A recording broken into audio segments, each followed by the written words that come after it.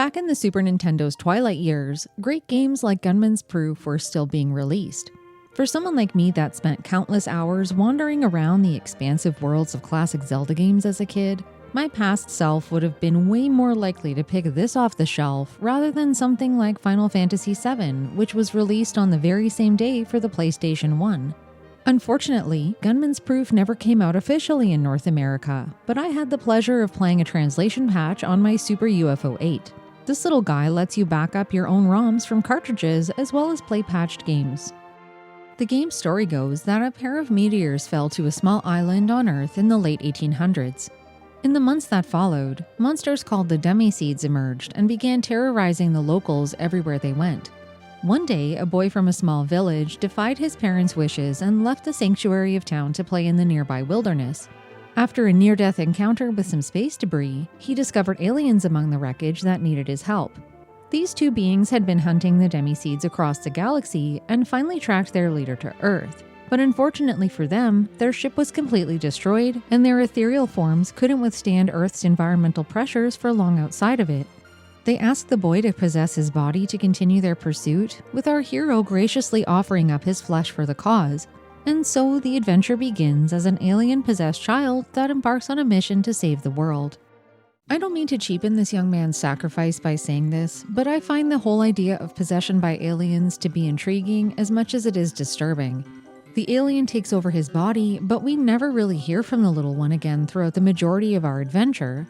There's no internal conversing between the boy and the alien at all, and everyone that interacts with the main character seems to only address the new person he's become. He's suddenly braver, more confident, and skilled with weapons, and everybody seems to notice. If that little boy is tucked away inside his body, seeing all of the people that he knows and loves with all this newfound respect for him because of a consciousness that's not even his own, that's actually awful. I can't imagine how devastating it would be to return to his own form after everything is said and done, being back to his lame old self that nobody has nearly as much respect for. Maybe that's too philosophical for a video game review on the internet, but I digress. If these environments remind you of something else you've seen before, it might be because this overworld looks like it could be a tiny island somewhere in Hyrule that Link never visited in The Legend of Zelda: A Link to the Past. To me, the overall visual vibes and tone of this game feel like a mixture of that one, Harvest Moon, and Earthbound. It has Earthbound's witty humor and bubbly visuals, the calm vibes and cute aesthetic of Harvest Moon, and a very similar combat style and layout to A Link to the Past. There's quite a bit of levity in the presentation of just about everything, from the bright and bold color choices to the clever dialogue. The main character's over-the-top poses and expressions, as well as some of the quirkier enemy animations, kept me chuckling along as well. The soundtrack and writing are particularly light-hearted and charming. The music is uplifting, playful, and downright wacky, sometimes even in places like dungeons where things can get rather treacherous. The one thing that blew me away was how many different songs there are. Whether you're deep inside a labyrinth or wandering around the overworld, all sub-areas have their own unique music. This is genuinely one of the most robust track lists I've heard in an SNES adventure game outside of the larger-scale RPGs, and I can't think of a single song that felt like it didn't fit. My favorites are the jazzy boss battle theme and the serene town music, but especially the latter. There's nothing better than a peaceful melody to welcome you back to safety after finishing a dungeon or exploring a little too far from home. Whenever I needed to mull over what to do next, I'd park myself in town to ponder and listen to that sweet whistling melody. The composers nailed it. I realize my judgment of the writing here is only based on the fan translation that I played, but I thought it was extremely well done. Non-playable characters around the island have a colloquial way about conversations that's nice and light. I'm sure the setting plays a big part in the more casual nature of these exchanges, but even titles that have been translated, officially or not, suffer from a lot more woodenness than I experienced here. Another fantastic feature is that villagers and outskirt dwellers regularly update their dialogue as the story shuffles along. In other games, the only real measure of progress originates entirely from character-centric stuff like an ever-lengthening health bar or weapon upgrades. Here, the evolution of character interactions feels a lot more intimate. There's something rather special about an environment that grows alongside the main character's journey in a meaningful way. I loved having a reason to come back to town and catch up with the people there. It made Bronco Village feel like way more than a fancy place to save or fish for hints about where to go next. The fantastic quality of the translation also meant that outside of one or two instances, I never felt confused or misled about what I was supposed to be doing. It didn't hurt that there were a couple of characters whose sole purpose for existing was to reveal the next destination, stopping just short of slapping a big old X on the map. I appreciate these kinds of features if I'm taking a little break from a game for a few days and want a reminder of what I was doing when I return to it. But in terms of playing the game straight through, I both love and loathe this kind of directness. There's a part of me that prefers a vague hint in a general map direction, complete with a journey that's rife with lots of little distractions to investigate. Unfortunately, Gunman's Proof didn't really have that luxury. The biggest reason for this was that the order you proceed through the game is firmly interwoven with the plot. Most paths connecting map regions are completely impassable until you hit certain story milestones that grant you new equipment or advance character dialogue with permission to go to a new location. For example, the beginning area on the eastern side of town is a handful of screens that are blocked off from the rest of the overworld, essentially eliminating your freedom to roam until you conquer the first major dungeon there. Only then can you get the green light from people in town to head elsewhere. There are many situations like this where you have to cross an arbitrary goal off of the game's checklist to move forward. This breaks the adventure down into bite-sized chunks rather than feeling sprawling and open-ended, for better or for worse. Due to these limitations being imposed, exploring around was admittedly underwhelming at first. Thankfully, it didn't stay that way the entire time, because as you find new world-opening tech, there's almost always a great reason to backtrack across previous areas with a discerning eye for secrets. While out and about, I spied a lot of chests I had no idea how to access. I jotted down notes about where I'd found them, and the joy that I felt in the moments where I finally got my hands on the goodies inside was the best feeling. These items obviously aren't always required to finish the game, with some actually being completely missable. For someone like me who likes a full inventory though, there was no choice but to hunt them all down. The in-game map was a huge help too. I will say that for an adventure game that relies on player curiosity, the map was informative without being overly heavy-handed with hints. It provided the general lay of the land with some major landmarks, but it wasn't so detailed that it ever gave away exactly how to move between regions. It was great being able to see the next goal, but not knowing how to directly waltz up to the front door. I actually found it quite dull that a couple of items that you need to pass through to new areas aren't discovered organically along the quest line. For example, finding Rock's Feather in a dungeon chest in Link's Awakening was way more magical than paying a visit to the shopkeeper in Gunman's Proof, who conveniently stocks items when they're suddenly required. For most of the game, this fellow sits here with nothing at all to sell you.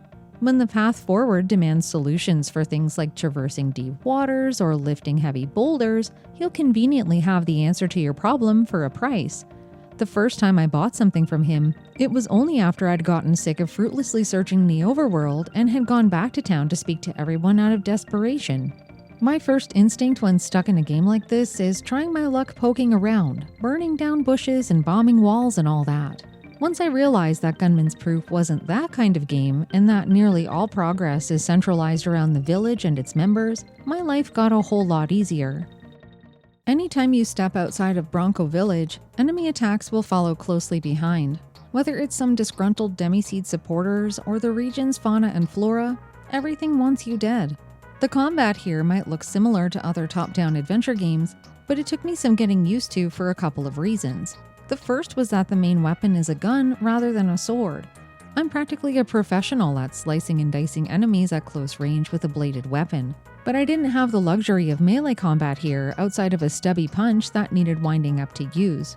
It wouldn't have been very good against the majority of the foes here anyway, because they also had the advantage of firing from a distance. Instead of trying to get close to what were essentially breathing turrets, I opted for a more defensive approach. The trickiest part about using guns was lining up shots because of all the precision required. These bad guys don't really stand still and wait for your bullets to find them, which made landing hits a lot more tactical than the sword and shield fare that I'm used to. This was amplified even further by the beginning weapon's weakness. Vanquishing a single regular enemy could require landing 2 or 3 shots, so you can imagine that this experience was on a more intense learning curve than slashing around wildly with a melee weapon. Once I got the hang of things, I found picking off enemies pretty satisfying. There were a few strategies I quickly adopted, like shooting in 8 directions. Most enemies can only attack in the cardinal 4, giving me an edge in areas where I had enough room to run circles around them. While I wasn't always the best at remembering which of the million buttons on the Super Nintendo controller did what, there was a dodge move that worked nearly 100% of the time as well. I'm a huge fan of weird character crawls in video games, but the fact that this one was able to easily evade almost every projectile attack makes it one of my favorites without a doubt. Strafing was also possible with the shoulder buttons, which proved integral for boss fights. I'll talk more about those shortly, but another aspect of the combat that absolutely hooked me was how many different upgrades were available. Not only do you get access to bigger and better guns and fist accessories at regular intervals, they actually play very uniquely from one another.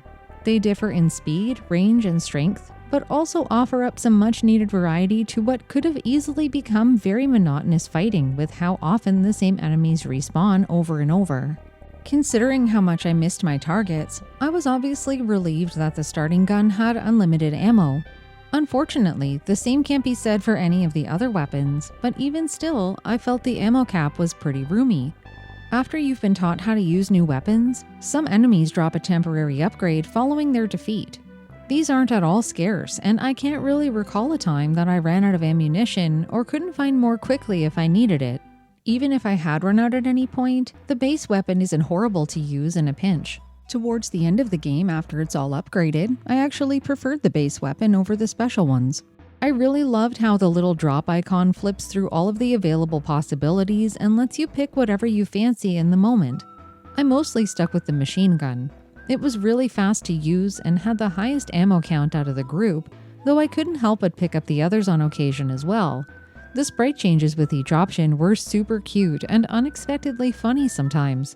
There was something very endearing about seeing my little cowboy pal armed with a bazooka and blasting enemies away. This wasn't the only bit of hyperbolic humor in the visuals either. I haven't mentioned Roboton yet, a horse friend you meet along your travels. Whenever he's summoned with a carrot, he makes a fabulous entrance, complete with a handful of poses that always got a chuckle out of me. Talk about charming. On the topic of lovely visuals, the manual's full of them.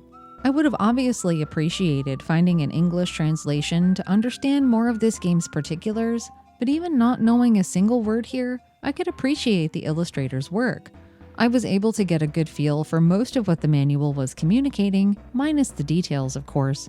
Surprisingly, not having access to the information available here didn't hold me back from enjoying the game, though I can't help but wonder if there's anything I missed out on. The dungeons in Gunman's Proof were a breath of fresh air compared to similar, more sluggish experiences elsewhere. The best feature of all is the auto-mapping while you check everything out, but what really elevated this experience for me was how few puzzles there were. Apart from needing to kill all enemies in a room or find keys to open up a locked door, there were no secret switches, no blocks to push, no nothing. While I do like challenge in my gaming experiences, linking progress to puzzle solving walks a very fine line of either being engaging or annoying. Let's take pushing blocks to open doors for example. In most Zelda games I've played, it's easy to get into a routine and know what to look for after a dungeon or two. On the other hand, a game like Newtopia for the TurboGrafx-16, whose name should really be Block Pushing Dungeon Simulator instead, doesn't have that education piece. The lack of consistency across rooms and tons of trolling from spike blocks boiled my blood and soured my feelings about that experience as a whole. Seeing a game like Gunman's Proof do away with these trivialities and other stumbling blocks altogether definitely felt like a big positive, since there was a focus on other aspects like the combat and exploration.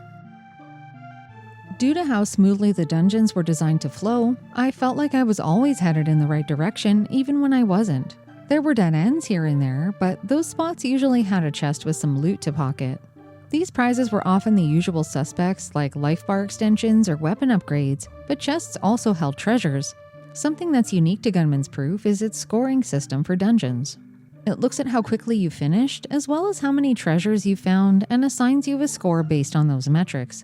I don't know if any of this has any bearing on the game or how it plays out, but for me, as a slow and methodical first-time player, I often came away with a failing grade. It hurt my feelings a bit to be penalized for taking my time, but I do think it's a cool mechanic. Optimizing a route to get all the treasures and beat a boss as fast as possible is a rarely seen incentive for repeating parts of a game that otherwise wouldn't have much replay value. The aspect of Gunman's Proof that threw me for a loop were the boss fights. This was not an adventure where you're gradually primed and prepped for tougher trials on an even incline. The difficulty is actually all over the place. I didn't have much trouble with the first boss, but in no particular order after that, the encounters were either complete pushovers or total bullet sponges that incorporated a bunch of guesswork. Some were a piece of cake, while others were like trying to reverse engineer a cookie after you already ate it. The hardest thing about these fights for me was never knowing if what I was doing was working. Other games typically provide some kind of visual or auditory cues to let you know that you're on the right track. And while that did happen here, it only happened once in a while. The amount of time I spent attacking parts of a boss and having no idea if it was even effective felt like too much. A little feedback would have gone a long way here, but in its absence, many of these encounters felt like a nefarious guessing game. It was also weird how from fight to fight, there was a lack of any real cohesion. Thematically, most bosses fit in just fine, but the peaks and valleys in complexity made these battles feel disconnected from one another. If I had to guess, I'd say a bunch of different people worked on these segments, and I'd even go so far as to say that some of these enemies weren't even developed with this game in mind. It's probably pretty obvious by now that the bosses were my least favorite part of this whole experience, but not because they were challenging or too troublesome for me to beat. It was because of how out of place they felt in an otherwise very smooth and connected experience. Most of the lives I lost in Gunman's Proof were robbed from me by the hands of these monsters. Because I never knew what to expect crossing the threshold into these conflicts for the first time, it wasn't unusual for me to die a couple of times trying to figure out how to win the day. Having lives in RPGs or adventure games is always a plus to me. I've played a few that essentially spawn you right back into the action where you died, and Gunman's Proof thankfully worked the same way. What having a couple of 1-ups really meant was that I had more than one health bar to play with, making some trickier fights or unrelenting areas of the overworld a lot more manageable. Anything that evens the playing field when the difficulty suddenly becomes a vertical climb out of nowhere is a positive thing in my books. Gunman's Proof is one of those games that I know I would have adored if I'd played it when I was younger. For a game that came out so late in the Super Nintendo's library, it showed signs of a development team that really had the time to refine their processes for creating on the console. The game had an interesting setting, excellent combat, and very importantly, a real feeling of progress for the main character.